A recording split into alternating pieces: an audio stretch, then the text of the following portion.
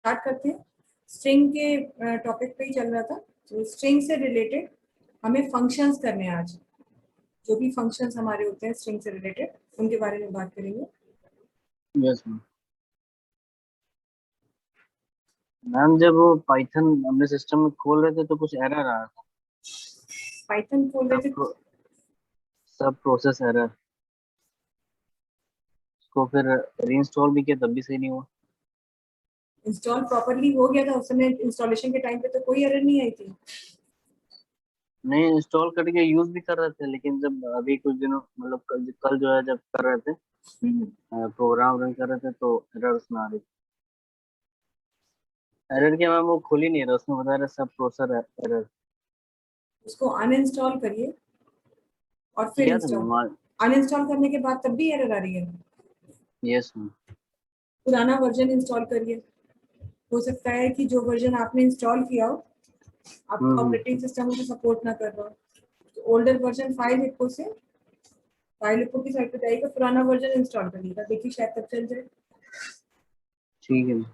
वैसे हालांकि इंस्टॉल होता ही नहीं है जब तक पुराने वर्जन अगर सपोर्ट नहीं कर रहा होता है, तो इंस्टॉल ही नहीं होता है। लेकिन फिर भी कभी कभी ऐसा होता है कि इंस्टॉल तो हो गया लेकिन अब सपोर्ट नहीं कर रहा, क्योंकि पाइथन अभी भी जो है ना, ये डेवलपमेंट में है, मतलब इसको अभी भी डेवलप किया जा रहा हो।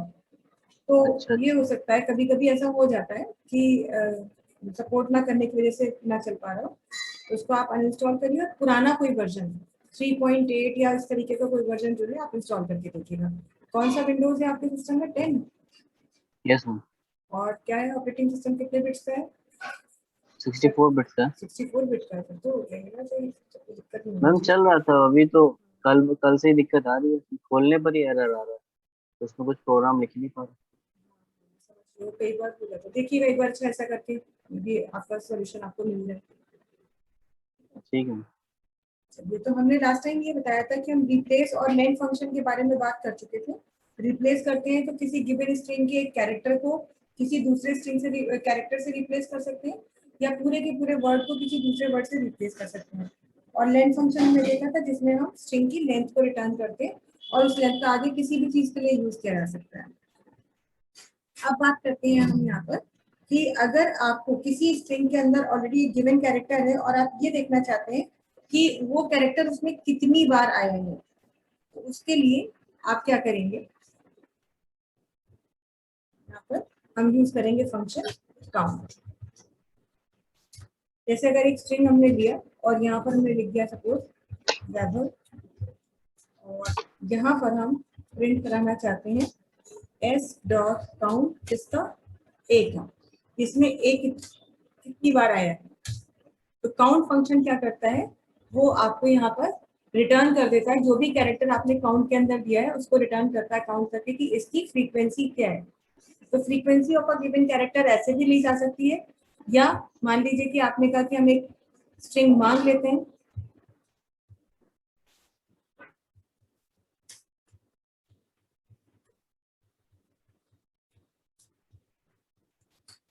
और एक हमने कैरेक्टर मांग लिया।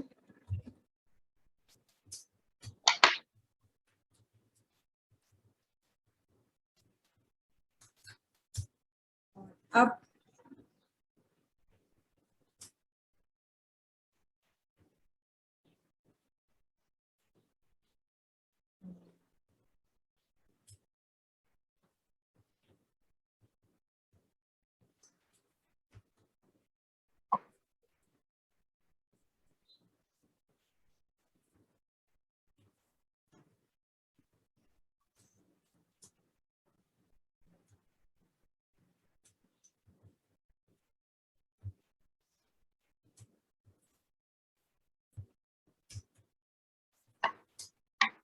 मतलब यहाँ पर हमने क्या किया, एक स्ट्रिंग मांगा है, सपोज हमने उसमें लिख दिया इंडिया इज माई कंट्री, और हमने एक कैरेक्टर मांग लिया, सपोज उसमें दे दिया हमने ओ।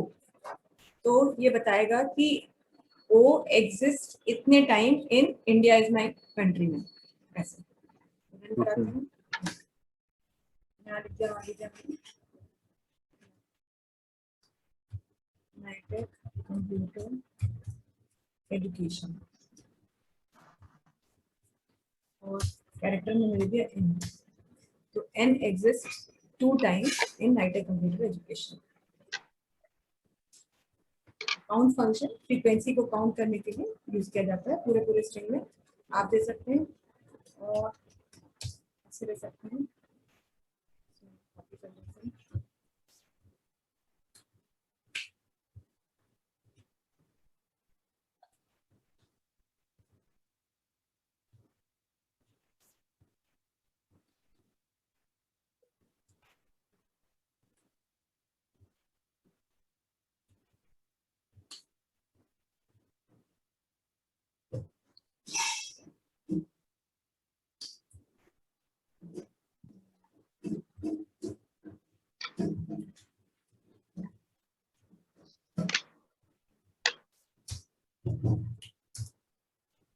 Red exists 2 times in red book is on the red table.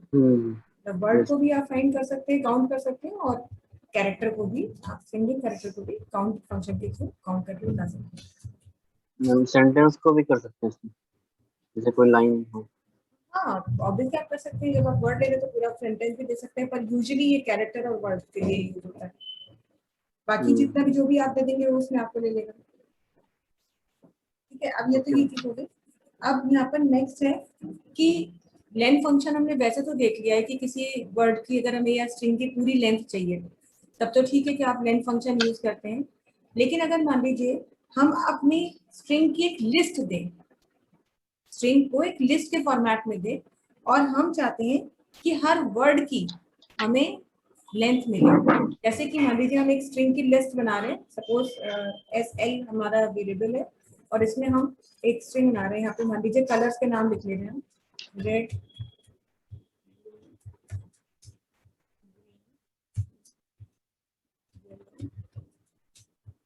Black. ये सपोज हमने इतने कुछ कलर्स की लिस्ट बना ली यहाँ पर।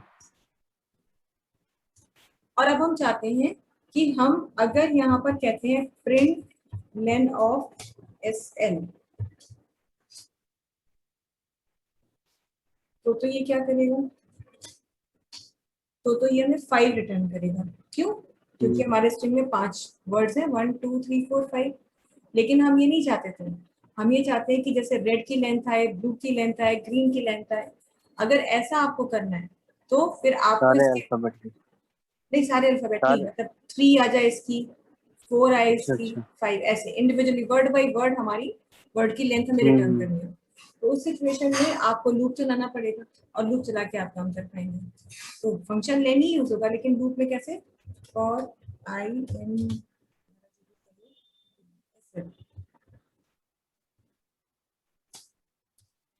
बस आप जिसकी भी लेंथ आपको प्रिंट करानी है, तो जैसे हमारे का हमारा जो वेरिएबल है उसका नाम हम डाले थे, तो आई यानी यहाँ वर्ड आ जाएगा। फिर ये लेंथ यहाँ प्रिंट करा रहे हैं, और अब हम कह देंगे लेंथ ऑफ आई, रेड की लेंथ, ब्लू की लेंथ, ग्रीन की, येलो की, ब्लैक की लेंथ। सबके लेंथ। हाँ, क्योंकि आपको अगर पूरा ऐसे करना है ना, तो इंडेक्स के बेसिस पे तो आप लिस्ट के फॉर्म में करेंगे। नॉर्मल स्ट्रिंग अगर आप लेंगे तो ये सबकी दे देगा, मतलब ऐसे खाली दिख रहे हैं तो ये 5 रिटर्न कर रहा है क्योंकि 5 उसके कंटेंट्स हैं। लेकिन वर्ड बाय वर्ड अगर आपको करना है तो लिस्ट के फॉर्म में करने के लिए और हर एक के अलग अलग लेंथ निकालने के लिए लूप के थ्रू आप काम करेंगे, तब ये लेंथ फंक्शन आपका यूज होगा। ठीक है, ठीक हो गया। बाकी आपको जो है यहाँ पर काउंट का अगर मैं यहाँ पे करूँ,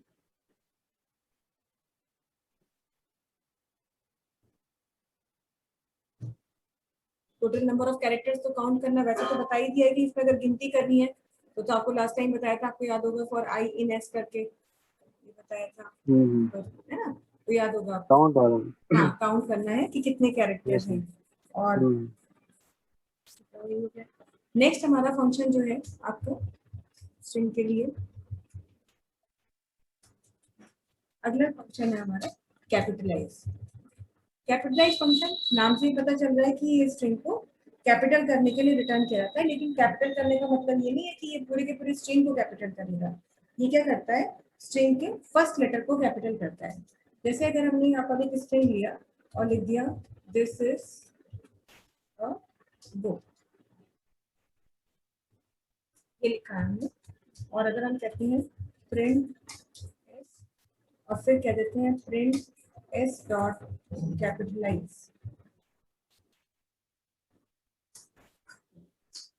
दोनों में फर्क क्या है कि केवल जब आप ओरिजिनल स्ट्रिंग प्रिंट कर रहे हैं तो जैसा दिया था वैसा ही प्रिंट हो जाएगा, लेकिन कैपिटलाइज फंक्शन से स्ट्रिंग का फर्स्ट कैरेक्टर अपर केस में कन्वर्ट हो जाएगा। Yes ma'am. नेक्स्ट हमारा फंक्शन है फाइंड। फाइंड एक ऐसा फंक्शन होता है जो कि आपके स्ट्रिंग के किसी भी सब स्ट्रिंग के अंदर के किसी भी सब स्ट्रिंग को फाइंड करके बताएगा कि वो उसका जो है किस पोजीशन पर आपको वो स्ट्रिंग मिल रहा है। इसके लिए आप इसे यूज कर सकते हैं, जैसे कि मैम ये कैपिटलाइज का जो है अगर हम बुक में यूज करना चाहें तो कर सकते हैं क्या? नहीं, अगर हम्म, बुक में यूज करना है तो उसके लिए क्या करोगे, फिर आप इसे लिस्ट के फॉर्म में लिखोगे ऐसे, दिस इज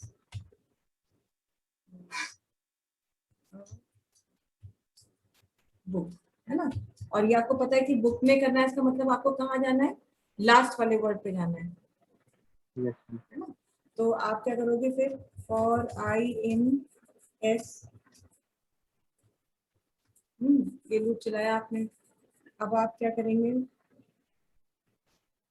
लास्ट वर्ड पे जाना है आपको। तो आपको पता है इंडेक्स क्या होगी, 0 1 2 3। Yes ma'am. Print S of,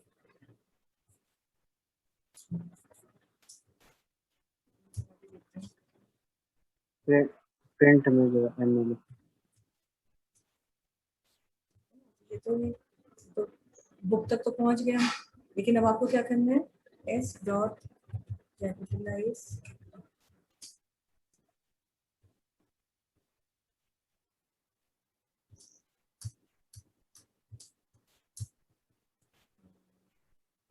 ma'am ये लूप से ही होगा। नहीं, लूप से तो हम ये एक्सट्रैक्ट करना ना, ये वर्ड हमें एक्सट्रैक्ट करना पड़ेगा। अच्छा अच्छा। बल्कि डायरेक्ट भी कर सकते हैं, क्या करना है आपको, अच्छा तो हम ऐसे कह सकते हैं प्रिंट बुक का एस डॉट कैपिटलाइज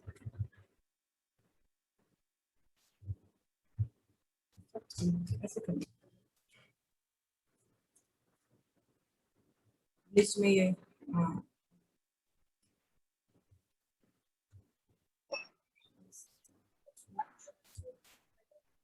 लूप के अंदर ही करिए।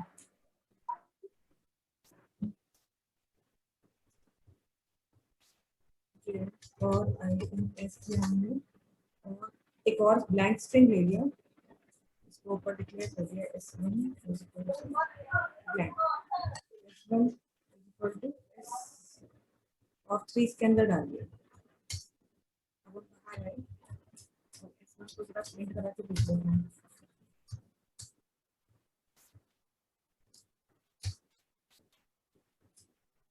ठीक है।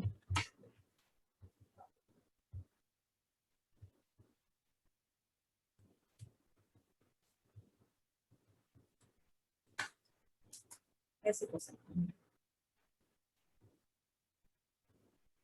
तो आप एक स्पेसिफिक वर्ड जानते हैं कि भाई इसका करना है, तो अगर उसका करना है तो इंडेक्स पहुंचिए इंडेक्स पर वहां पे, और इंडेक्स मतलब उस वर्ड को किसी एक ब्लैंक अपना वेरिएबल ले लिया, उसमें स्टोर कर लिया और फिर उसको कैपिटलाइज के साथ प्रिंट करा दिया, ऐसे तो कर सकते हैं। ना वो सिंगल ही आएगा मतलब सेंटेंस के साथ नहीं आ सकता। नहीं, सेंटेंस के साथ तो वैसे भी नहीं आ सकता ना, लेकिन यही तो फर्क है, तभी तो स्ट्रिंग को लिस्ट के फॉर्म में देना पड़ता है, क्योंकि वही यही तो म्यूटेबिलिटी और इम्यूटेबिलिटी को हम मतलब कहते हैं ना, ये तो काउंटर होता है म्यूटेबिलिटी और इम्यूटेबिलिटी का। तो अगर हम्म, आपको इम्यूटेबिलिटी वाला कोई भी काम करना है तो स्ट्रिंग के साथ तो हो ही नहीं सकता, वो तभी होगा जब आप उसे एक लिस्ट के फॉर्मेट में देंगे, तभी कर पाएंगे, yes, नहीं तो डायरेक्ट तो कर ही नहीं सकते कि आप सोचिए हम स्ट्रिंग को ऐसे लिखें, यहाँ पर ऐसे जैसे लिखा हुआ है, और तब बुक के साथ कोई काम करने नहीं कर सकते। क्यों, क्योंकि स्ट्रिंग एक इमिटेबल डेटा टाइप है। लेकिन जब आप उसे इस तरह से लिखते हैं, यानी उसे स्ट्रिंग को एक लिस्ट के फॉर्म में लिखते हैं, फिर आप अलग अलग तब वो काम कर सकते हैं, है ना। ओके। नेक्स्ट फंक्शन है हमारा फाइंड।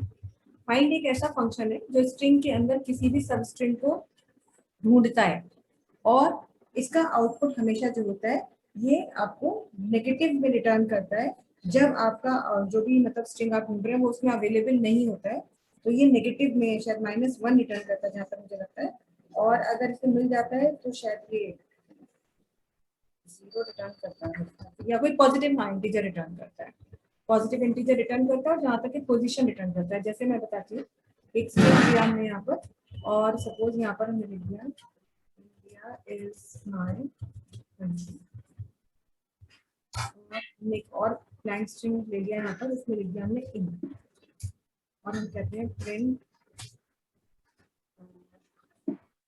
s1 डॉट फाइंड,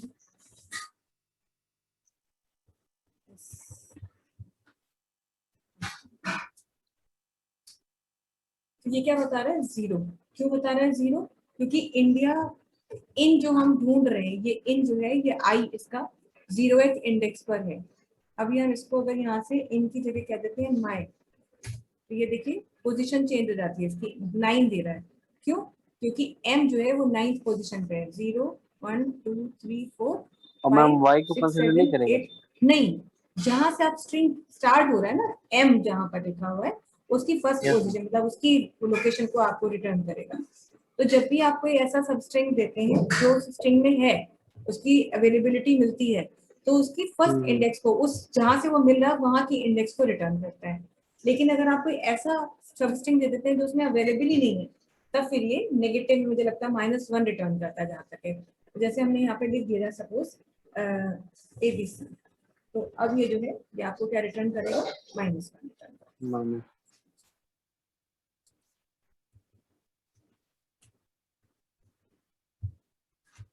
ये तो मान लीजिए ये था। अब अगर हम इसे मानते और तब करते, s is equal to input string s1 में ले लेते सब स्ट्रिंग,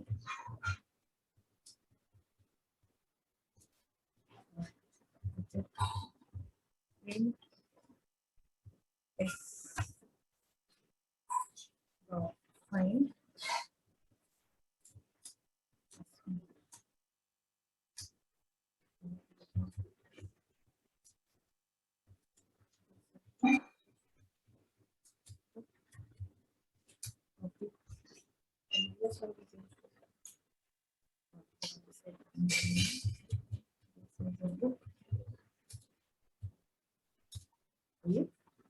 वो उसकी इंडेक्स जहां से बुक का बी स्टार्ट हुआ होगा, बी का, यस पोजीशन, हाँ इस पोजीशन को रिटर्न, ठीक है। ओके। ये सब फंक्शंस बने हुए हैं, ये हमारी कोई बनाई हुई सब स्ट्रिंग है, और ये सब स्टैंडर्ड फंक्शंस है स्ट्रिंग के। स्टैंडर्ड फंक्शन का मतलब क्या है कि ये इनको यूज करने के लिए आपको अलग से कुछ नहीं यूज करना है, मतलब ना तो आपको इसकी लाइब्रेरी या पैकेज को नहीं इंपोर्ट करा रहे हैं, डायरेक्ट आप बस अपना फंक्शन यूज कर रहे हैं, है ना। तो ये वैसे फंक्शंस हैं, जबकि कुछ फंक्शन ऐसे होते हैं जिन्हें यूज करने के लिए आपको लाइब्रेरी इंपोर्ट करनी पड़ती है, पर अभी तक आपने ऐसा कोई फंक्शन नहीं यूज किया। आपने जैसे स्ट्रिंग के जितने फंक्शन है उसके लिए आपने अभी तक कोई लाइब्रेरी नहीं यूज की। आपको याद होगा मैथ के फंक्शन के लिए हमने इंपोर्ट मैथ बताया था, कुछ फंक्शंस तो ऐसे थे जो कि बिना इंपोर्ट के भी हो रहे थे, लेकिन कुछ ऐसे थे जो आप इंपोर्ट से कर रहे थे। तो वो इसीलिए कर रहे थे क्योंकि वो स्टैंडर्ड फंक्शन नहीं होते हैं, जो स्टैंडर्ड होते हैं वो उसमें ऐसे ही पड़े रहते हैं, उन्हें डायरेक्टली एग्जीक्यूट कराया जा सकता है, ठीक है, वो स्टैंड अलोन फंक्शंस होते हैं। ये सब जो फंक्शंस हैं ये स्टैंड अलोन फंक्शंस हैं। स्टैंड अलोन का मतलब इनकी डिपेंडेंसी किसी और चीज पर नहीं है, ये सिर्फ पाइथन की लाइब्रेरी में पड़े हुए एक स्टैंडर्ड लाइब्रेरी समझ लीजिए उसमें है, जिसमें ये सब फंक्शन पड़े हैं, और ये कॉमन होते हैं, यानी कि इसमें केवल स्ट्रिंग के ही फंक्शन है। कुछ ऐसे फंक्शन है जो मैथमेटिकल कैलकुलेशन के लिए पड़े, कुछ स्ट्रिंग्स के लिए पड़े, कुछ और भी आगे चीजों के लिए पड़े। लेकिन कुछ फंक्शंस ऐसे होते हैं जिन्हें इस्तेमाल करने के लिए आपको उनकी लाइब्रेरी की जरूरत पड़ती है, जैसे कि मैथ के लिए आपको इंपोर्ट मैथ कराना पड़ता है, या और डेट टाइम मॉड्यूल है तो उसके लिए आपको डेट टाइम या कैलेंडर की जरूरत पड़ेगी, तो वो स्टैंड अलोन नहीं होते हैं, ठीक है, वो होते हैं आपके, उनको हम मेथड्स कहते हैं। और आगे चलकर जब हम ये टॉपिक पढ़ेंगे फंक्शंस का, तो ये भी पढ़ेंगे कि फंक्शन किसको कहा जाता है, मेथड किसको कहा जाता है। क्योंकि एक्चुअली क्या होता है कि जो लोग लेस एक्सपीरियंस होते हैं या कहीं की बहुत डीप नॉलेज नहीं रखते हैं, वो पहली बात तो वर्ड ही नहीं यूज करते मेथड, वो हर चीज को फंक्शन ही बोलते हैं।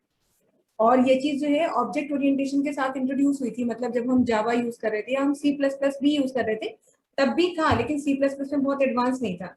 तो वहां पर ये वर्ड आया था। लेकिन जावा भी अगर आप पढ़े किसी से, तो अगर कोई आपको ये बोलता है कि फंक्शन बोलो मेथड बोलो एक ही बात है और इसमें कोई डिफरेंस नहीं है, अगर कोई ये बोलता है तो समझ लीजिए कि उसको खुद बहुत इन डेप्थ नॉलेज नहीं है, क्योंकि फंक्शन अलग चीज है, मेथड अलग चीज है और बहुत ही माइन्यूट सा डिफरेंस है उनके बीच में। लेकिन फिर भी जो जानता होगा वो यूज करेगा, जहां फंक्शन यूज करना है वहां वर्ड फंक्शन ही यूज करेगा। जैसे अभी तक हमने जितने भी ये काम किए हैं, ये कैपिटलाइज किया, फाइंड किया, या जितने भी लेन किया, ये सब फंक्शंस हैं, इसीलिए हम इन्हें फंक्शंस बोल रहे हैं। लेकिन वो फंक्शन जो लाइब्रेरी को इंपोर्ट करने पर हम यूज करेंगे वो फंक्शंस नहीं कहलाते। काम फंक्शन की तरह ही करते हैं लेकिन उनको हम बोलते फंक्शन नहीं है, वो मेथड्स होते हैं। और यही एक डिफरेंट, जैसे हम लोगों ने मैथ वाले यूज किया था हाँ, तो जैसे इंपोर्ट मैथ करके आपने मैथ डॉट एसक्यूआरटी यूज किया है ना, तो वो एसक्यूआरटी फंक्शन नहीं है, उसको बोला जाता है मेथड, क्योंकि वो इंडिपेंडेंट नहीं है, वो स्टैंड अलोन नहीं है, उसकी डिपेंडेंसी उसकी लाइब्रेरी पे या उसके पैकेज पर होती है और बिना पैकेज को इंपोर्ट कराए आप उसे नहीं एग्जीक्यूट करा सकते, तो वो मेथड्स कहलाते हैं। और जो बिना लाइब्रेरी को इंपोर्ट कराए डायरेक्टली एग्जीक्यूटेबल होते हैं उनको हम फंक्शंस बोलते हैं। ठीक है, ओके। चलिए तो नेक्स्ट फंक्शन की बात करते हैं। नेक्स्ट फंक्शन है हमारा इज एलनम। कई बार ऐसा होता है कि हम कैरेक्टर एक्सेप्ट तो कर लेते हैं लेकिन हमें नहीं पता कि वो कैरेक्टर कैसा है।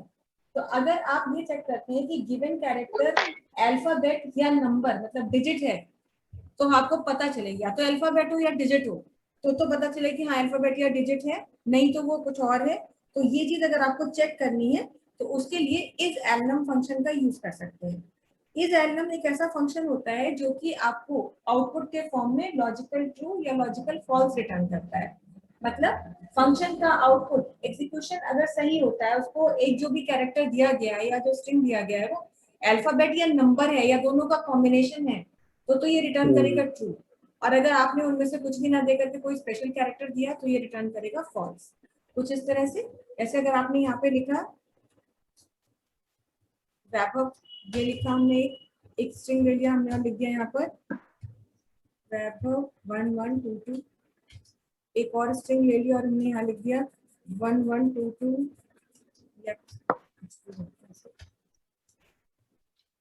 वन वैभव। मतलब एक स्ट्रिंग है जो नंबर से स्टार्ट हो रहा है, एक स्ट्रिंग है जो अल्फाबेट से स्टार्ट होकर नंबर पे खत्म हो रहा है, एक और स्ट्रिंग ले लिया जिसमें हमने कोई स्पेशल कैरेक्टर ले लिया, ये सब है।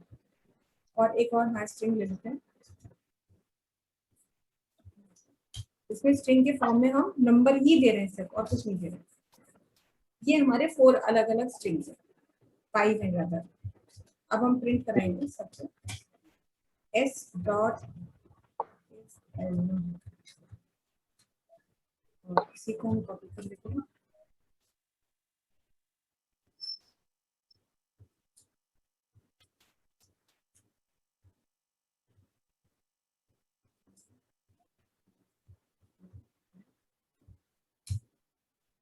और ये आपको क्या रिटर्न कर रहा है, सब जगह इसने ट्रू रिटर्न किया है लास्ट को छोड़ के। क्यों?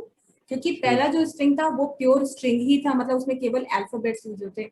तो एलनम ने तो ये इज है, मतलब ये एक बूलियन फंक्शन है। हर वो फंक्शन जो आउटपुट के फॉर्म में ट्रू या फॉल्स रिटर्न करता है उसको हम क्या कहते हैं, ये ऐसे हमारे फंक्शन बूलियन फंक्शंस होते हैं। तो बूलियन ही आउटपुट कहलाते हैं ये।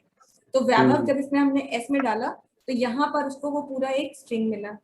यहाँ भी शुरुआत आपकी अल्फाबेट से हुई और अल्फाबेट से ना भी होती, केवल डिजिट भी होता तो भी ट्रू रिटर्न करता, क्योंकि एलनम में अल्फाबेट और नंबर दोनों ही चेक हो रहे हैं, दोनों में से कुछ भी मिलेगा तो ट्रू रिटर्न करेगा। कॉम्बिनेशन में दो या प्योरली दो, तब में देखिए ट्रू रिटर्न कर रहा है। केवल कब नहीं ट्रू रिटर्न कर रहा है, जब आपने एक कैरेक्टर, हाँ कोई स्पेशल कैरेक्टर, कोई स्पेशल सिंबल दिया तो वो उसे फॉल्स रिटर्न करेगा। तो इस तरह से इज एलनम फंक्शन ये चीज चेक करता है।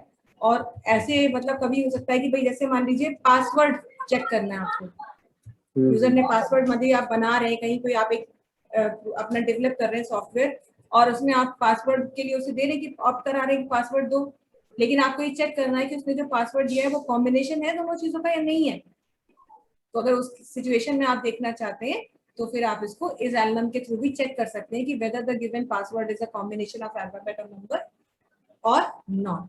ये इस सिचुएशन में आप बहुत जगह ये स्पेशल कैरेक्टर नहीं लेता।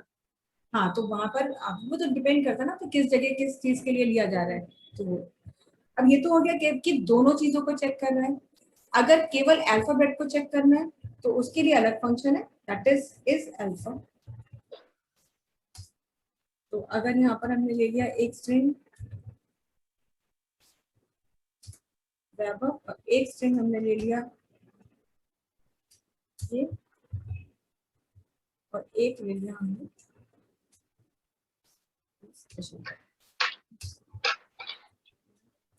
S dot is alpha.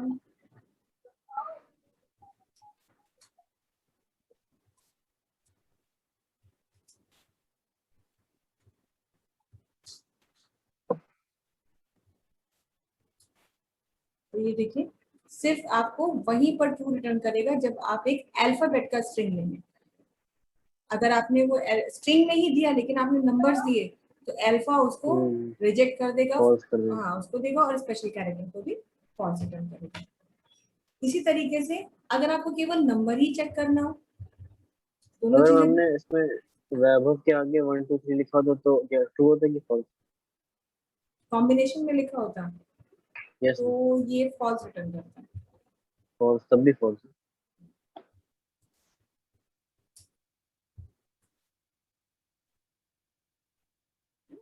क्योंकि वो कॉम्बिनेशन हो गया ना, तो ऐसा तो है नहीं कि वो केवल पहला अक्षर चेक कर रहा है, वो तो पूरी स्ट्रिंग को चेक कर रहा है। प्रोसेस शुरुआत से मतलब प्योर एक अल्फाबेट्स की सीरीज मिलेगी तो इज अल्फा ट्रू रिटर्न करेगा। और अगर उसको मतलब जो है वहां पर कहीं पर भी एक डिजिट मिल गया, शुरू में, बीच में, लास्ट में, कहीं भी, तो फिर वो इज अल्फा वहीं पे फॉल्स हो जाता है। मतलब प्योर पूरा होता हाँ, तभी। तो अल्फाबेट्स के लिए स्पेशली ये मेंट है। ऐसी अगर कोई फंक्शन आपको चेक करना है कि केवल वो नंबर्स ही है या नहीं है, तो उसके लिए भी फंक्शन है, दैट इज डिजिट। अब यहाँ पर अगर आपने स्ट्रिंग में प्योर डिजिट्स ही लिए हैं तो ये ट्रू रिटर्न करेगा। और अगर आपने यहाँ पे कुछ भी, चाहे डिजिट से शुरू करके आप स्ट्रिंग पे खत्म करो, या स्ट्रिंग अल्फाबेट से शुरू करके स्ट्रिंग उस पे खत्म करो, कुछ भी है, अगर कॉम्बिनेशन है तो वो क्या रिटर्न करेगा? फॉल्स रिटर्न करेगा। जैसे यहाँ पर एस डॉट इज डिजिट करेंगे तो ये ट्रू रिटर्न करेगा। लेकिन अगर आप यहाँ पे कहते हैं S1 डॉट इज डिजिट, ये फॉल्स रिटर्न करेगा, और स्पेशल कैरेक्टर के केस में तो करेगा ही करेगा। तो ये सारे वो फंक्शंस थे जिनसे कि आप गिवन कैरेक्टर्स को चेक करा सकते हैं। अब ये यूज किस तरह से हो सकते हैं, तो इसके लिए एक एग्जांपल ले लेते हैं यहाँ पर कि क्वेश्चन है, मान लीजिए write a program to accept string, बल्कि स्ट्रिंग रहने देता है, एक्सेप्ट अ कैरेक्टर कह देता है, and check if it is digit, alphabet और स्पेशल सिंबल। यानी आपको यूजर से सिर्फ एक कैरेक्टर मांगना है और ये बताना है कि वो जो कैरेक्टर यूजर ने दिया है वो क्या है, वो एक डिजिट है या अल्फाबेट है या स्पेशल सिंबल है। क्या चेक करेंगे? करना इनपुट कैरेक्टर एक्सेप्ट करना। अब if s dot is digit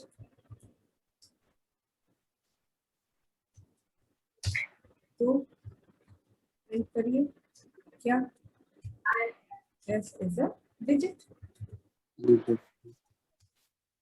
elif s dot is alpha,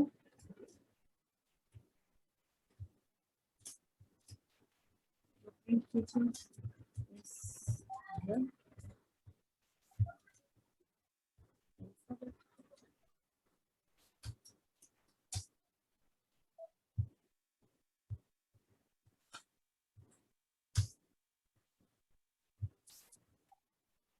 नहीं तो क्या बचा? Invalid special symbol. Special.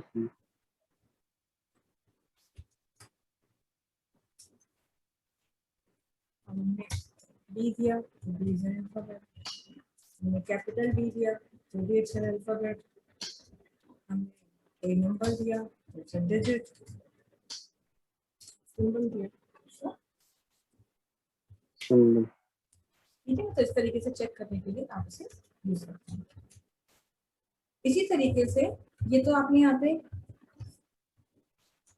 Given character को अगर चेक किया। अगर इसमें हम कॉम्बिनेशन देंगे तब भी वो स्पेशल सिंबल करेगा।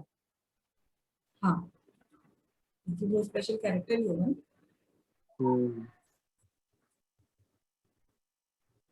अब बात करते हैं कि ये चीज होगी। अब अगर आपने स्ट्रिंग लिया है, मान लीजिए आपको पता है कि स्ट्रिंग है, लेकिन वो स्ट्रिंग किस केस में है और मतलब उसका केस चेक करना है, तो केस को चेक करने के लिए भी आपको यहाँ पर फंक्शन मिलते हैं। केस को चेक करने के लिए आपको दो फंक्शन मिलते हैं, एक है इज लोअर फंक्शन और एक है इज अपर फंक्शन। अगर हमने स्ट्रिंग लिया है यहाँ पर और लिख दिया नाइटेड, और अगर हम प्रिंट कराते हैं एस डॉट इज लोअर और प्रिंट कराते हैं एस डॉट इज अपर, तो ये पूरे स्ट्रिंग को चेक करता है और लोअर के केस में लोअर रिटर्न, रिटर्न करता है बूलियन में। जहां इज लग गया वो सब बूलियन। अगर इसमें हम मान लीजिए एन को कैपिटल कर देते हैं, तो देखिए हमारा जो है दोनों ही चीजें आपकी अब क्या है, वो दोनों चीजों को फॉल्स देगा। क्यों? क्योंकि इज अपर किस सिचुएशन में ट्रू करेगा? इज अपर तभी ट्रू करेगा जब ये पूरे के पूरे कैरेक्टर्स आपके अपर केस होंगे, तो ये ट्रू रिटर्न करेगा। ऐसे ही इज लोअर भी तभी ट्रू रिटर्न करता है जब पूरे के पूरे कैरेक्टर्स आपके लोअर केस में हो, कॉम्बिनेशन में काम नहीं चलेगा। ठीक है, तो ये तो इज लोअर और इज अपर से आप ये चेक कर लेते हैं कि गिवन कैरेक्टर जो केस है उसका वो केस क्या है स्ट्रिंग का। अगर लोअर है तो ट्रू, नहीं तो फॉल्स, ऐसे करेगा। लेकिन अगर आपको कन्वर्ट करना हो इसे, तो उस केस में कन्वर्ट करने के लिए भी आपको फंक्शन मिलते हैं। लोअर केस में कन्वर्ट करने के लिए लोअर फंक्शन है और अपर केस में कन्वर्ट करने के लिए अपर फंक्शन है। ऐसे अगर हमने यहाँ लिख दिया एस इज इक्वल टू नाइटेड और S1 is equal to computer, और अगर हम कहते हैं प्रिंट S डॉट अपर और प्रिंट S1 डॉट लोअर, उसके लिए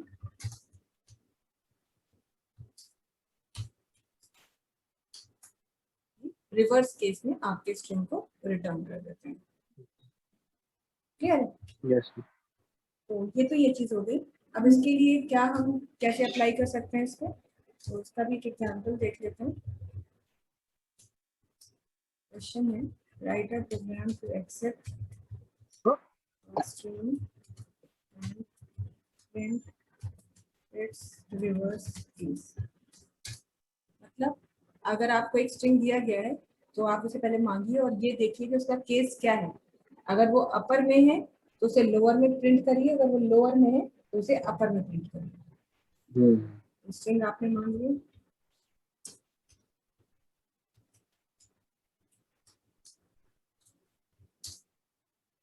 अब आप चेक करेंगे कि अगर एस डॉट अपर है तो आपको अपर मतलब चेक करा अपर है तो किस में प्रिंट करना है, तो लोअर में प्रिंट करना है।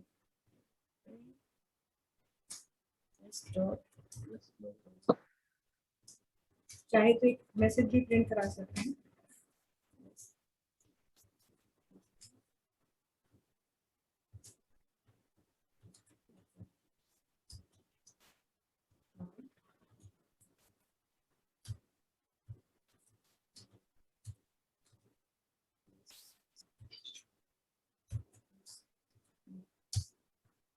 नहीं तो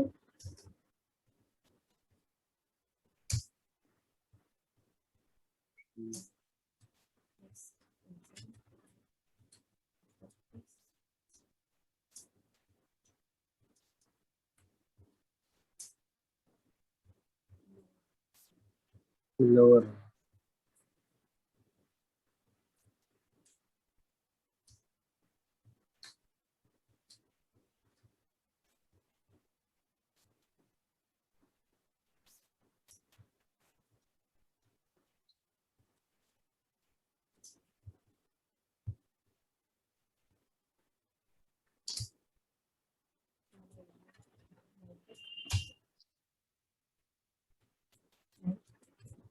अपर केस।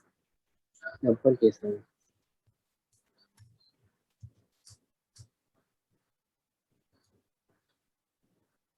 अच्छा, ये केवल अपर के लिए ही हमने बनाया ना, जैसे अगर हमने यहाँ ऐसे लिख दिया होता तो ये दे देता। तो ये हम कंडीशन क्या चेक कर रहे हैं, हम तो अपर के लिए चेक कर रहे हैं। यहाँ पर नहीं, हम दोनों केस दोनों देना चल रहे हैं। है एस डॉट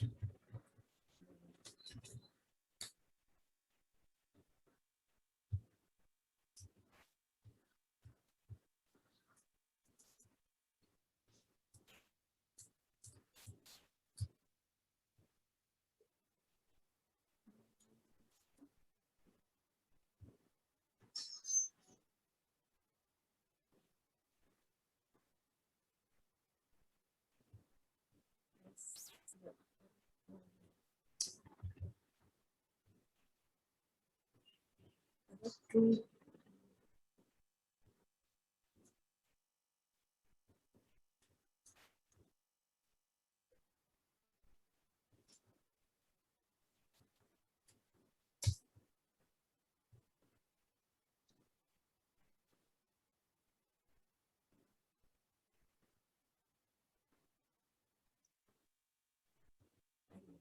फंक्शन का नाम ही लिख सकते हैं, इस अपर में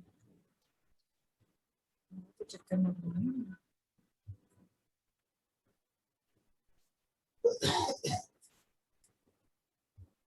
फंक्शन का नाम लिख सकते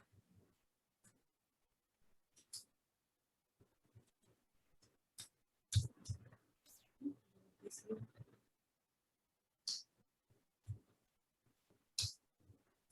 ठीक है। यस। तो केस चेक भी करना और केसेस को कन्वर्ट करना। चेक करने के लिए हमें ये आई आई आई अपर केस है ना। इस अपर, इज अपर, हाँ इज अपर। इस अपर चेक करेगा और अपर लोअर उसे कन्वर्ट करेगा। नोट करें। कई बार ऐसा होता है कि कोई स्ट्रिंग अगर हम देते हैं और स्ट्रिंग के पहले मतलब लिखने से पहले अगर हम उसमें कुछ ब्लैंक्स दे देते हैं, वाइट स्पेसेस दे देते हैं, तो स्ट्रिंग के पहले यदि कोई स्पेसेस दी जाती है तो उन्हें हम कहते हैं लीडिंग ब्लैंक्स या लीडिंग स्पेसेस कहलाती हैं। जैसे एक स्ट्रिंग वगैरह हमने लिख दिया यहाँ पर और कुछ स्पेसेस लिख दिए हमने और यहाँ लिख दिया मान लीजिए सेव वाटर, ये लिखा। तो ये जो हमारी ये जो ब्लैंक्स है इतनी, ये सब लीडिंग ब्लैंक्स कहलाती हैं। अगर आप स्ट्रिंग के बाद में लीडिंग। लीडिंग लीडिंग शुरू वाली जो स्पेसेस होती हैं ये कहलाती हैं आपकी लीडिंग, LEADING लीडिंग। और जो बाद वाली होती हैं स्ट्रिंग में, मतलब जैसे यहाँ पर वाटर के बाद की जो स्पेसेस है, हालांकि ये दिखती नहीं है, मतलब समझ में नहीं आता क्योंकि बाद में अगर प्रिंट भी हो रही है स्पेस तो समझ में थोड़ी आएगा, लेकिन उनको कहते क्या है, उनको कहते हैं ट्रेलिंग ब्लैंक्स, ट्रेलिंग कहलाती है। तो अगर आपको कोई ऐसा स्ट्रिंग है जिसमें आप ये चेक करना चाहते हैं कि देने वाले ने अगर पहले से कोई स्पेस दी हुई है यानी कि लीडिंग ब्लैंक्स दिए हैं, तो अगर आप उस स्ट्रिंग को प्रिंट कराना चाहते हैं लीडिंग ब्लैंक्स को रिमूव करा के, तो उसके लिए एक फंक्शन होता है, फंक्शन का नाम है lstrip। lstrip स्ट्रिपिंग के लिए होता है, स्ट्रिपिंग का मतलब रिमूवल, किस चीज के रिमूवल के लिए, लीडिंग ब्लैंक्स के लिए। तो जैसे अगर आप नॉर्मली अपने स्ट्रिंग को प्रिंट कराएंगे और अगर आप कहते हैं प्रिंट s.lstrip, तो देखिए क्या फर्क है, पहले सेव वाटर प्रिंट हुआ लेकिन लीडिंग ब्लैंक्स के साथ प्रिंट हुआ, लेकिन बाद में आपने जब फंक्शन लगाया तो उसने जितने भी आपके हटा दी। स्टार्टिंग के जो होते स्पेसेस उन सबको रिमूव करके कंटेंट को लेफ्ट हैंड पर बिल्कुल दे दिया। तो ये आपका होता है। ऐसे ही अगर आप ये चाहते हैं कि बाद की स्पेसेस जो आपकी ट्रेलिंग ब्लैंक्स है, वैसे तो देखिए ट्रेलिंग ब्लैंक्स आपने यहाँ ट्रेलिंग भी थी लेकिन ट्रेलिंग का पता नहीं चल रहा और पता वैसे भी नहीं चलेगा। और अगर आप चाहते हैं कि भाई ट्रेलिंग ब्लैंक्स यानी कि जो बाद की स्पेसेस उन्हें रिमूव किया जाए, तो उसके लिए आप फंक्शन यूज कर सकते हैं rstrip फंक्शन। पता क्यों नहीं चलता है पीछे अच्छा, वाले इसलिए जो नहीं, वो स्पेस। दिखेगी नहीं ना, अब ये प्रिंट तो हो रहा है, स्पेस तो हाँ यहाँ भी प्रिंट होगी ना, मगर दिखती तो नहीं है ना, स्पेस का कोई इंडिकेशन तो है नहीं स्क्रीन पर, हाँ, पता आगे तो इसलिए नहीं पूरा चल रही है। खाली। हाँ, अब इधर तो दिख रहा है कि भाई शुरू में स्पेस थी, पर यहाँ वाली स्पेसेस प्रिंट हो रही है, पर वो हमें ये तो नहीं पता चल रहा ना, मतलब क्या है कि कहाँ कितनी स्पेसेस है, वो थोड़ी सा फर्क पड़ता है। बट हाँ, फिर भी अगर आपको चाहिए तो rstrip फंक्शन जो होता है ये ट्रेलिंग ब्लैंक्स को रिमूव करने के लिए यूज किया जाता है। जैसे अगर आप यहाँ पर यूज करें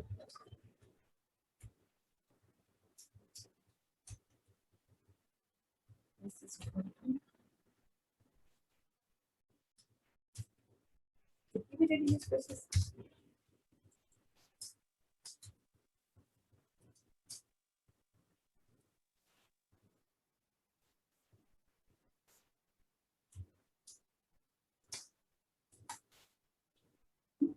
कोई डिफरेंस नहीं समझ में आता है कि यहाँ पे कोई डिफरेंस भी है, वो उससे पता नहीं चलता आपको। नमी, अगर मैं वहाँ कोई अल्फाबेट या कुछ डाल दें बीच में तब तो उसका हटा सकता है क्या? जैसे हम जैसे सेव और वाटर के बीच में जो स्पेस है उसको नहीं हटाया जा नहीं, स्ट्रिंग के बीच की स्पेसेस को नहीं रिमूव किया जा सकता है, ये ध्यान रखिएगा, बीच के लिए नहीं है। ये लीडिंग और ट्रेलिंग के ही होते हैं, और ये किसी भी लैंग्वेज में नहीं है बीच की स्पेसेस। क्यों?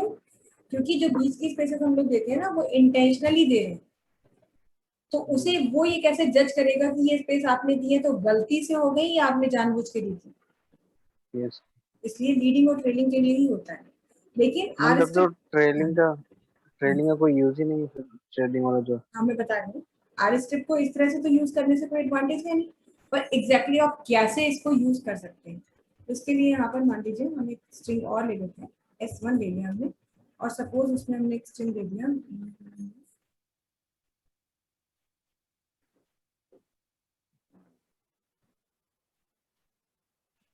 कंप्यूटर,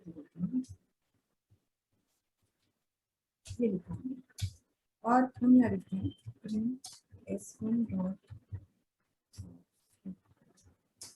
और यहाँ पर हम अपने को एक सब स्ट्रिंग दे देते हैं। जैसे मान लीजिए हमने दे दिया TER, TER हमारे गिवन स्ट्रिंग का एक सब स्ट्रिंग है। तो हम इसे रीड कराएंगे तो ये क्या करेगा, ये देखिए उसके पहले का पूरा वर्ड रिटर्न करेगा। अच्छा, टीआर हटा देगा। हाँ, जो भी आप दोगे वो उससे पहले का रिटर्न करेगा, उतना वो एक स्ट्रिप कर देगा, उतने कैरेक्टर्स जो आपने दिए उनको रिमूव करेगा, और उनके बिना आपका स्ट्रिंग रिटर्न कर देगा। ऐसी सिचुएशन में आप आर स्ट्रिप को यूज कर सकते हैं, ठीक है।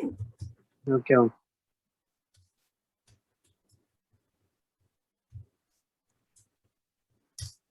नेक्स्ट फंक्शन है चेक करने के लिए है ये भी, इज स्पेस फंक्शन।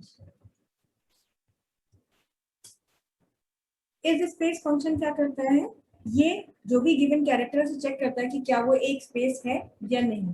जैसे अगर हमने एक स्ट्रिंग लिया और उसमें एक स्पेस डाल दी, और अब ये चेक करेगा कि वो जो हमारा है एस डॉट इज स्पेस, अगर वहां गिवन कैरेक्टर स्पेस है तो ये ट्रू रिटर्न करेगा, नहीं तो ये फॉल्स रिटर्न करेगा।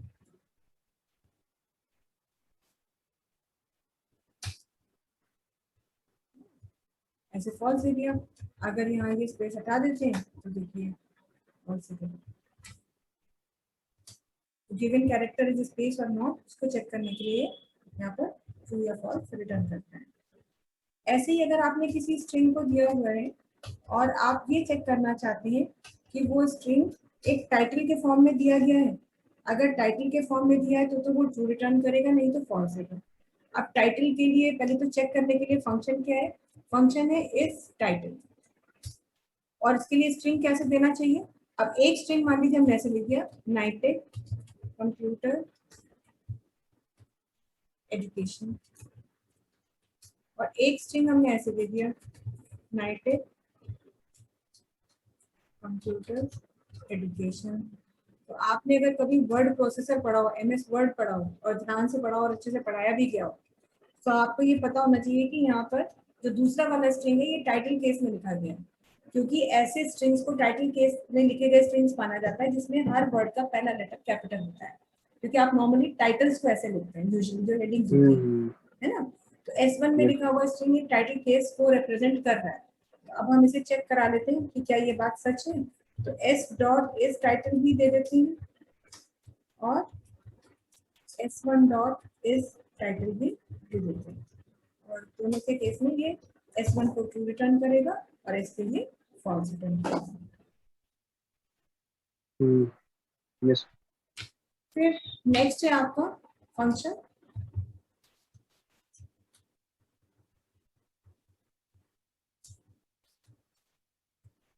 स्प्लिट, नाम से ही पता चल रहा है, स्प्लिट का मतलब ब्रेक करना, तोड़ना।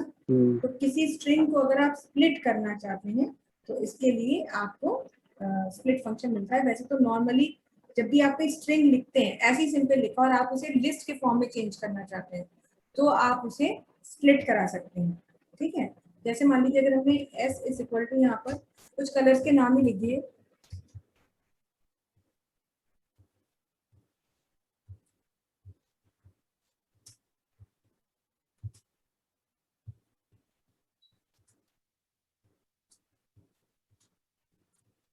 ये हमने कलर्स लिख लिए, ठीक है। और अगर हम कहते हैं प्रिंट s डॉट स्प्लिट, तो ये क्या करता है कि ये हमारे जो स्ट्रिंग है उसके हर उस कैरेक्टर से स्प्लिटिंग करना शुरू कर देता है जहां से उसे स्पेस मिल जाए। अच्छा, लिस्ट बना रहा हूँ। हाँ, और उसे लिस्ट ऑफ स्ट्रिंग में कन्वर्ट कर देता है। नॉर्मली अगर आप ऐसे प्रिंट कराओगे, ये ऐसे प्रिंट कर रहा है ना, ये एक स्ट्रिंग है ये, और ये एक लिस्ट ऑफ स्ट्रिंग है ना। तो यूजुअली तो क्या करता है कि बाय डिफॉल्ट तो ये स्पेसेस से रिटर्न करता है, मतलब स्पेसेस से स्प्लिट कर देता है। लेकिन अगर हमने एक और स्ट्रिंग ले लिया यहाँ पे s2 is equal to, suppose यहाँ लिख दिया हेलो,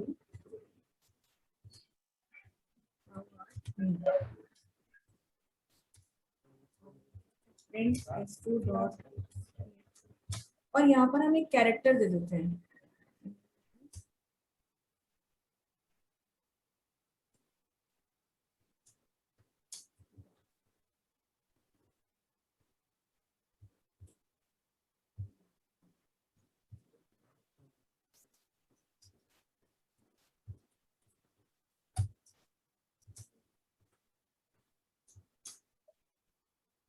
तो जो भी कैरेक्टर हम देंगे वहां से ये स्ट्रिंग को स्प्लिट करेगा। और 2 या 3 मतलब अब जैसे हमने डॉट दिया था तो एक ही जगह मिला, तो उससे पहले का स्ट्रिंग एक अलग लिस्ट मतलब बन गया, और उसके बाद वाला जो है वो पूरा का पूरा एक डिफरेंट स्ट्रिंग हो गया।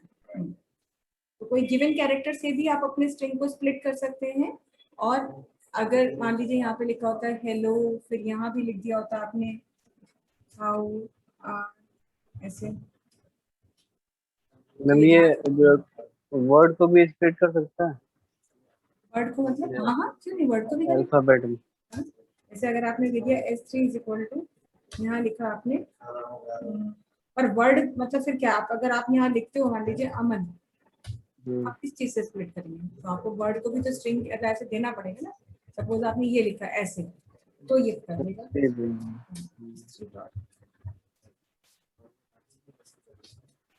तब। यस। तो स्प्लिटिंग के लिए स्प्लिट फंक्शन है, आप बाय डिफॉल्ट जहां स्पेस मिलती है वहीं वहीं से ये स्प्लिट करता है, जितनी बार स्पेस मिलती है उतनी बार ये स्प्लिट करता है। अगर आप कोई गिवन कैरेक्टर देना चाहते हैं तो जहां भी वो फर्स्ट अकरेंस मिलेगी उस कैरेक्टर की, मतलब फर्स्ट क्या, जहां जहां उसकी अकरेंस मिलेगी वहां वहां से स्प्लिटिंग कर देगा।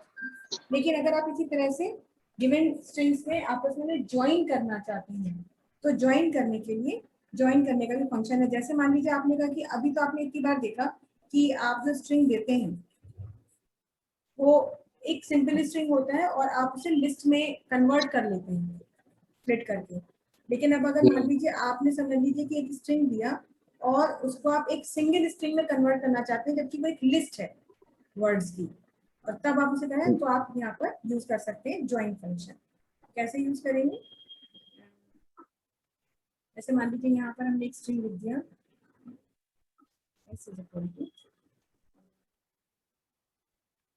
लिस्ट के फॉर्म में दे देते हैं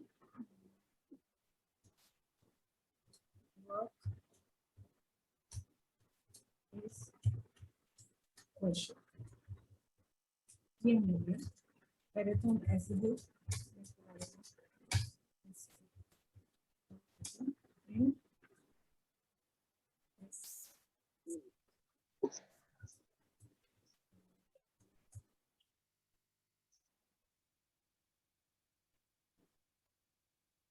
एक ब्लैंक स्ट्रिंग ले लेते हैं, s1 इज इक्वल टू ये, कहते हैं s1 डॉट,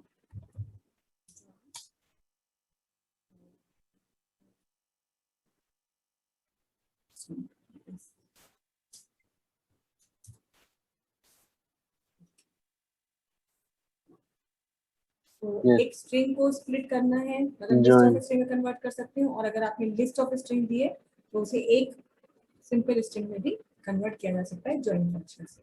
अपोजिट है दोनों की। हाँ, अगर चाहे इसके लिए जैसे आप स्पेस वाली चीज चाहते हैं तो स्पेस के लिए हम आगे बताएंगे, वो lm एक फंक्शन और यूज किया जाता है, उसके साथ आप ये काम कर सकते हैं। तो जैसे वर्क इज वर्शिप है तो वर्क इज वर्शिप भी हो, ज्वाइन भी हो जाए और उनके बीच में गैप भी आ जाए, तो उस गैप के लिए अच्छा। आपको एक और lm फंक्शन का यूज करना पड़ता है साथ में, तब होता है, ऐसे नहीं होता।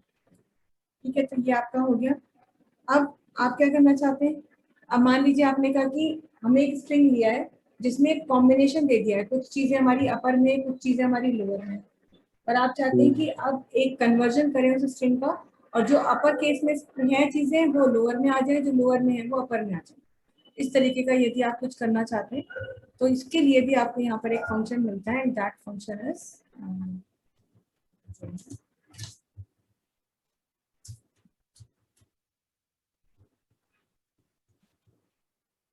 इसके लिए फंक्शन है आपका swap case. Swap case function, swap case का मतलब ये केस की स्वैपिंग करता है, अपर को लोअर में और लोअर को अपर में कन्वर्ट कर देता है। जैसे अगर मैंने यहाँ पे लिखा है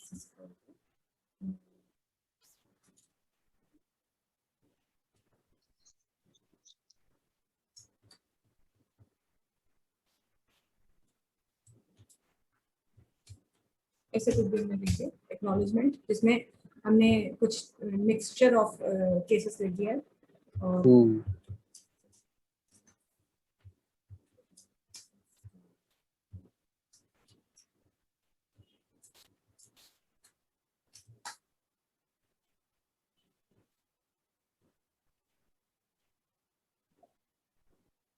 जो अपर लोअर थे सब अपर में हाँ, होंगे। जो वो खुद ही चेक करेगा, जो भी कैरेक्टर अपर में है वो लोअर में, और लोअर वाले को अपर में। अब ये सब चीजें यहाँ पे बिल्कुल एक्स्ट्रा है, मतलब ये बिल्कुल एक्सक्लूसिव है, ना तो आपको जावा में इसके लिए कोई फंक्शन मिलेगा, काम हो सकता है लेकिन वही अपर लोअर से होगा। उसमें हम क्या करेंगे, जैसे जावा में ये चीज करते तो हम पहले कैरेक्टर से लास्ट कैरेक्टर तक लूप चलाते, हर कैरेक्टर को चेक करते कि उसका केस क्या, अगर वो अपर में है तो वहां होता है, वहां फंक्शन होता है इज अपर केस, तो इज अपर केस ट्रू है तो टू लोअर केस में कन्वर्ट करो, नहीं तो टू अपर केस में करना। वहां एक एक कैरेक्टर एक्सट्रैक्ट करा के काम करना पड़ता। पाइथन में आपको कुछ करना ही नहीं है, कोई लूप वूप से मतलब ही नहीं है, पाइथन में सिंपल आप स्ट्रिंग लिखिए और स्वैप केस यूज कर लीजिए और फटाक से आपका काम हो जाएगा। नेक्स्ट हमारा फंक्शन है, एक फंक्शन है पार्टीशन फंक्शन। जैसे कि स्प्लिटिंग होती है वैसे ही पार्टीशन फंक्शन भी होता है, और ये फंक्शन जो है ये बस इसमें पार्टीशन क्या करेगा, ये पार्टीशन करता है जहां पे भी आप एक स्ट्रिंग दे देते हैं तो वहीं से वो मतलब उसको स्ट्रिंग को 3 पार्ट्स में डिवाइड कर देगा। जहाँ जो भी हमने स्ट्रिंग दिया, मतलब पार्टीशन में हमने जो कैरेक्टर दिया है वो उसे जहाँ फाइंड करेगा तो उससे वो स्ट्रिंग को 3 पार्ट में डिवाइड करेगा। 3 पार्ट कौन कौन से होते हैं? एक पार्ट होता है हेड, यानी कि उससे पहले का स्ट्रिंग, एक वो सेपरेटर खुद जो हमने दिया है, और एक होती है टेल। 3 सेक्शंस में डिवाइड कर देता है, जिसमें मैं दिखाती हूँ आपको करके।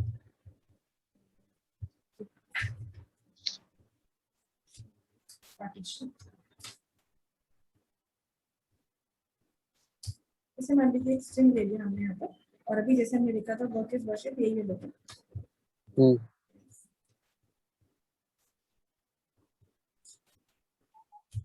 जरूरी नहीं 3 लेटर वर्ड हो, वो कितना कितने का भी हो सकता है, उससे कोई मतलब नहीं है।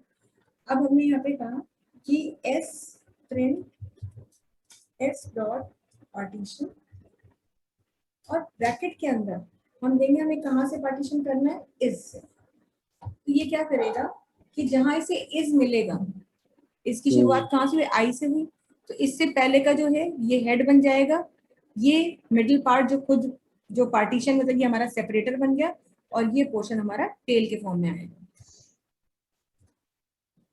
इस तरह से। तो 3 इक्वल पार्ट्स में डिवाइड करता है।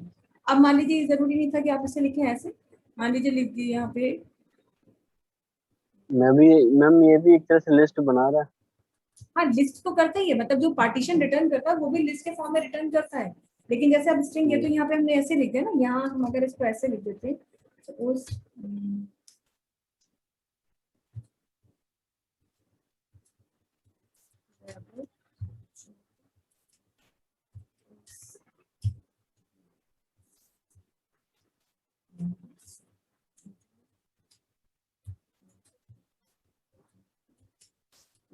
ये पूरा एक सेंटेंस हम यहाँ पे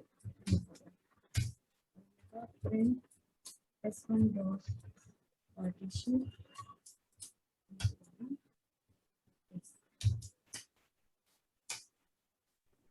तो इससे पहले ये वैभव चंद्रा ये हेड बन जाएगा, ये सेपरेटर अपने आप में रहेगा और ये पूरा सेक्शन हमारा टेल हो जाएगा।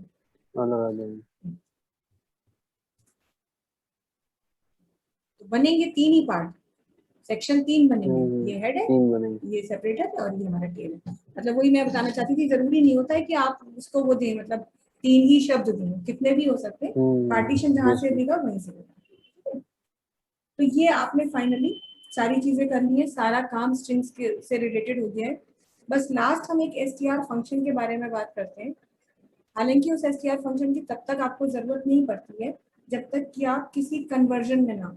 लेकिन कई बार ऐसा होता है कि जैसे कोई नंबर लिखा आपने, ऐसे सिंपल एक नंबर लिख दिया इंटीजर के फॉर्म में, पर अब आप चाहते हैं कि उसे स्ट्रिंग में कन्वर्ट करना है। तो अगर इस तरीके का काम आप करना चाहते हैं तो उसके लिए आपको str फंक्शन की जरूरत पड़ेगी। किसी भी वैल्यू को स्ट्रिंग में कन्वर्ट करने के लिए str फंक्शन की जरूरत पड़ती है, जिसे हम str क्लास के नाम से भी जानते हैं। तब आप str कैसे यूज करते हैं, जैसे मान लीजिए यहाँ पर हमने लिख दिया suppose n is equal to 123। ये एक नंबर ही हमें पता है, अगर हम इसे प्रिंट कराएं तो ये हमारा 123 एक नंबर प्रिंट हो जाए। लेकिन अब हम ये चाहते थे अगर किसी भी तरह से कि भाई हमें इस नंबर की लेंथ रिटर्न करनी है, सपोज ये नंबर कितने डिजिट का है, तो आपको पता है क्या करना पड़ेगा, आपको डिजिट निकालने पड़ेंगे, उसमें गिनती करनी पड़ेगी और कुछ करना नहीं। सिर्फ ये कहा गया अगर कि एक नंबर मांगो और उस नंबर को मांग करके, जैसे अब इसका मैं यहाँ पर आपको प्रिंट करा के दिखा देती पहले। अगर मैं इसको, तो ये नंबर जो है हमारा स्ट्रिंग में कन्वर्ट हो गया, देखने में कोई फर्क नहीं लगेगा, लेकिन उसके सारे जो स्ट्रिंग के होते हैं करती हूँ तो देखिए क्या होगा।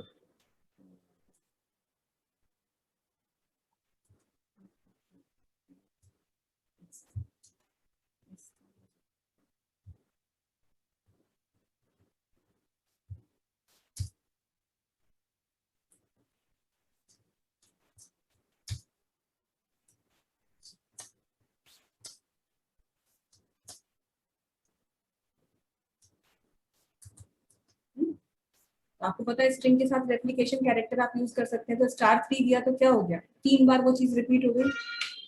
अभी n वो इंटीजर था, अगर n के साथ आप ये काम करते *3 तो ये क्या करता, 123 को 3 से मल्टीप्लाई करता, देखिए ये इंटीजर था, ये 3 से मल्टीप्लाई हुआ, ये स्ट्रिंग में कन्वर्ट होने पर 3 टाइम्स रिपीट हो गया, है ना। तो ये फर्क पता चल रहा है। अब ये चीज कैसे यूज कर सकते हैं, ये इसके लिए हम एक एग्जांपल देख सकते हैं यहाँ पे कि अगर आपसे ये कह दिया जाए कि write a program to accept number. Ma'am string के सारे जो हमने सीखे हैं तो वो सारे अप्लाई कर सकते हैं इस पर, हाँ जो हमने चेंज किए। बिल्कुल, आपको स्ट्रिंग की लेंथ रिटर्न करनी है, तो स्ट्रिंग की अगर मतलब मांगना नंबर है लेकिन उस नंबर की लेंथ रिटर्न करनी है, तो नंबर आपने मांग लिया यहाँ पे।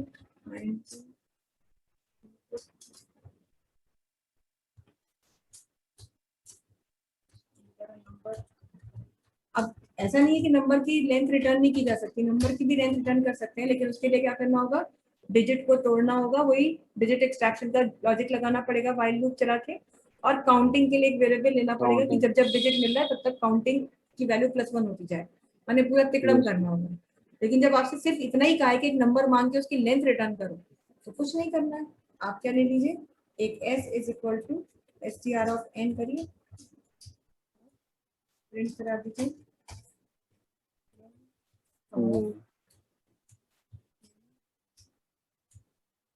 इस